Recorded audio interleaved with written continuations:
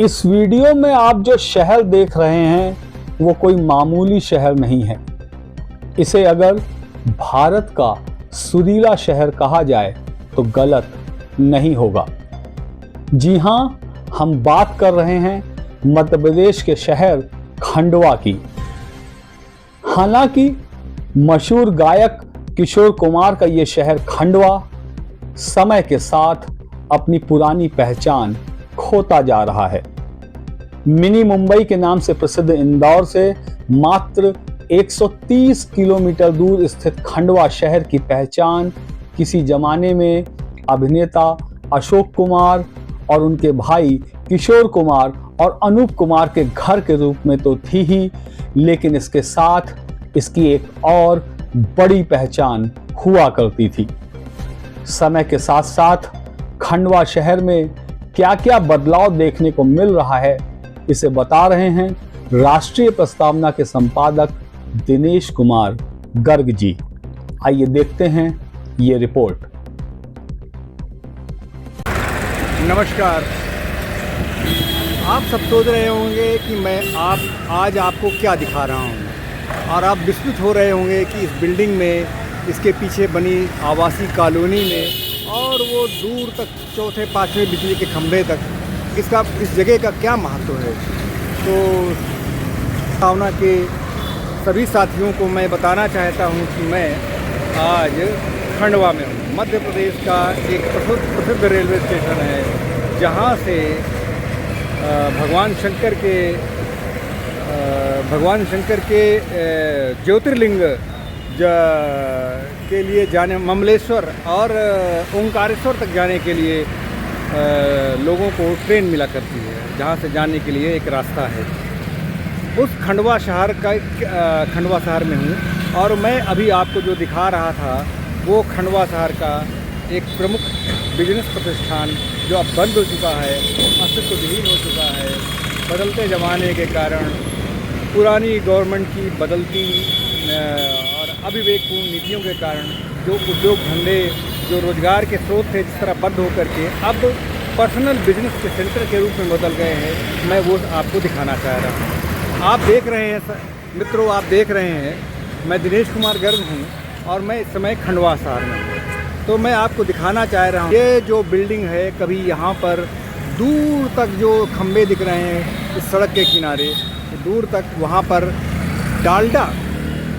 डालडा की फैक्ट्री हुआ करती है। कारण ये है कि खंडवा शहर के आसपास कपास बहुत होती है, और कपास के बिनौले से बहुत ही उच्च कोटि का डालडा पुराने ज़माने में बनाया जाता था, और उसकी बहुत बड़ी फैक्ट्री है। कपास अब भी होती है, बिनौला अब भी होता है, लेकिन डालडा की वो फैक्ट्री अब बंद हो चुकी है। बंद होने के कारण बहुत सारे अनेक हैं, जिसमें सबसे इम्पॉर्टेंट है कांग्रेस और बदलती सरकारों की जो पॉलिसियाँ हैं, और उनमें जो लालची नेताओं की है, जो उद्योगपतियों को परेशान करते थे, परेशान करके फिर उनको घाटे में ले आते थे, ले आकर उनकी प्रॉपर्टी खरीद के फिर उसको अपने हिसाब से वो चलाते थे।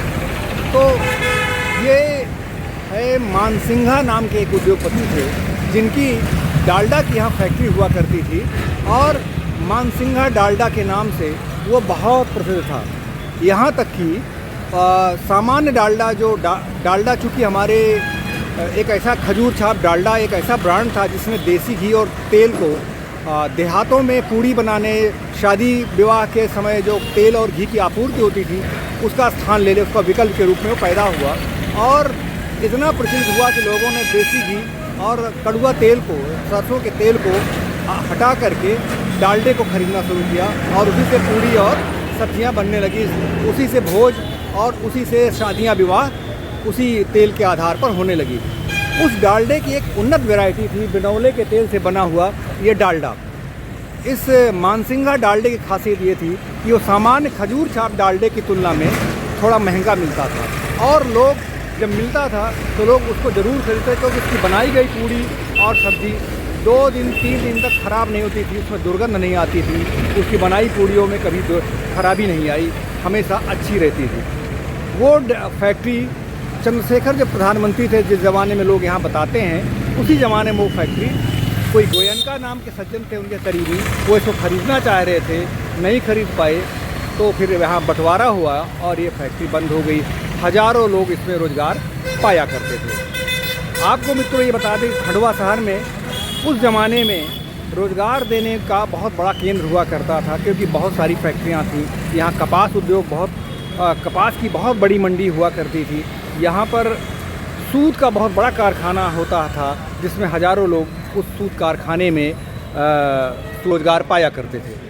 अब वो सारे रोज़गार बंद हो गए हैं और खंडवा शहर अब इस बिल्डिंग में जिस तरह प्राइवेट दुकानें खुल गई हैं, प्राइवेट दुकानें जिस तरह से प्लाटिंग हो गई है, जिस तरह से फ्लैट बन रहे हैं, अब खंडवा शहर रोज़गार देने के बजाय लोगों के सेटल करने का, लोगों के रहने सुनने का, लोगों के छोटे बिजनेस करने का, जिसमें रोज़गार नहीं है, उस तरह का एक शहर बन चुका है। इस खंडवा शहर की प्रसिद्धि किशोर कुमार, प्रसिद्ध गायक किशोर कुमार के लिए भी है। इस खंडवा शहर की और भी अनेक तरह की यहाँ के कपड़ा उद्योग, यहाँ के रेडीमेड गारमेंट, चूँकि इंदौर के नज़दीक है, इंदौर को छोटा बम्बई कहा जाता है, इंदौर मात्र 130 किलोमीटर दूर है यहाँ पे, उसका एक ये उपनगर की तरह था और यहाँ पे लोगों के सपने साकार हुआ करते थे, खासकर रोजी रोटी के। अब यह शहर उद्योग विहीन हो चुका है, अब यह शहर विहीन हो चुका है, अब यह शहर छोटे छोटे रियल्टी बिजनेस करने वालों के रूप में बदल चुका है। अब यह शहर आपने सुना होगा कि यहाँ पे PFI के बहुत सारे उग्रवादी, आतंकवादी पकड़े गए।